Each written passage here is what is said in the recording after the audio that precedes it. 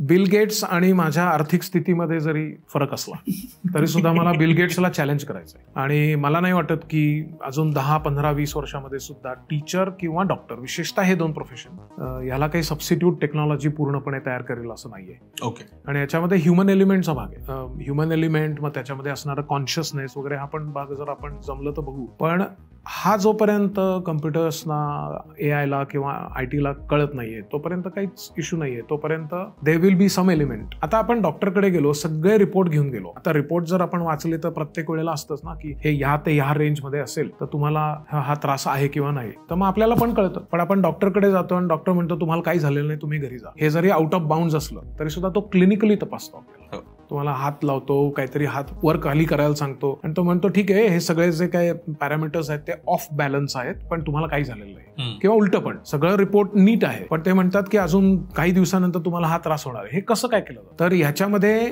शेवटी human to human जो भाग आहे तो मला नाही वाटत टीचर आणि डॉक्टर दोन्हीच्या मध्ये. शेवटी आपण बरेच वेळा हे वाक्य ऐकतो निदान शिक्षण क्षेत्रामध्ये की if you want to teach physics to Ramu then you have to know physics but you also have to know Ramu. तर हॅव टू नो रामू ही जी एम्पथी आहे, सिम्पथी आहे, हा पार्ट कम्प्युटरला येणार नाही. आणि त्यामुळे मी म्हटलं तसं बिल गेट्सला मी चॅलेंज करतोय